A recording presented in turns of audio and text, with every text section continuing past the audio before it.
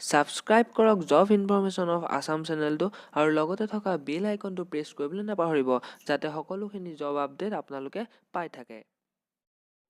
বন্ধুসকল, অসমত fire and emergency ছাৰ্ভিচৰ কাৰণে ৰিক্ৰুইটমেণ্ট ওলাইছে আৰু পোষ্টটো হৈছে ড্ৰাইভাৰ আৰু তাৰ কাৰণে 24টা পোষ্ট সৰ্বমুঠ খালী হৈ আছে আৰু ইয়াক এপ্লাই কৰাৰ কাৰণে লাষ্ট ডেট হৈছে 2/3/2019 তাৰিখ, মানে মাৰ্চৰ 2 তাৰিখলৈকে ইয়াক এপ্লাই কৰাৰ কাৰণে লাষ্ট ডেট আছে। আৰু তাৰ কাৰণে আপোনালোকক দৰমহা দিব 14,000 টকাৰ পৰা 49,000 টকালৈকে আৰু গ্ৰেড পে 5,000 টকা মন্থলি দিব বুলি কৈছে। আৰু এডুকেশ্যন কোৱালিফিকেশ্যন হ'ব লাগিব minimum educated qualifications will be class 8 pass, মানে আপোনালোকৰ 8 পাছ হ'ব লাগিব from a recognised board institute and the applicant must possess valid driving licence for HMV heavy motor ভেহিকেলৰ লাইচেঞ্চ থকা হ'ব লাগিব বুলি কৈছে। মানে ৰিকগনাইজ অথৰিটিৰ পৰা আসাম ষ্টেটৰ ৰিকগনাইজড হেভি মটৰ ভেহিকেলৰ লাইচেঞ্চ থকা হ'ব লাগিব বুলি কৈছে।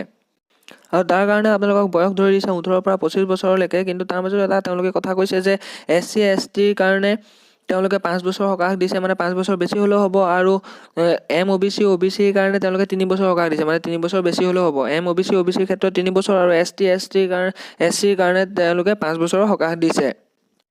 আৰু কৈছে যে তেওঁলোকে ফিজিকেল টেষ্ট আৰু ৰিটেন টেষ্টৰ ভেনু আৰু ডেটটো তেওঁলোকে এডমিট কাৰ্ডৰ যোগেদি প্ৰকাশ কৰিব বা নহ'লে বা তেওঁলোকে ফায়াৰ এণ্ড ইমাৰ্জেঞ্চি ছাৰ্ভিচৰ ৱেবছাইটত, মানে the fire and emergency service.assam.gov.in তেওঁলোকে প্ৰকাশ কৰিব বুলি কৈছে।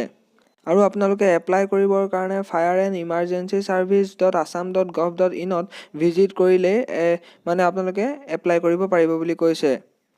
আৰু কৈছে যে 16/2/2019 তাৰিখৰ পৰা 2/3/2019 তাৰিখলৈকে তেওঁলোকে এপ্লাই কৰাৰ কাৰণে সীমাবদ্ধ এটা তাৰিখ ধৰি দিছে। আৰু বিশেষ যদি আপোনালোকৰ কিবা জানিবলগীয়া আছে তেন্তে আপোনালোকে তলত দিয়া ডেছক্ৰিপশ্যনত দিয়া লিংকটোত গৈ পেলাই সকলো কথাখিনি জানিব পাৰিব।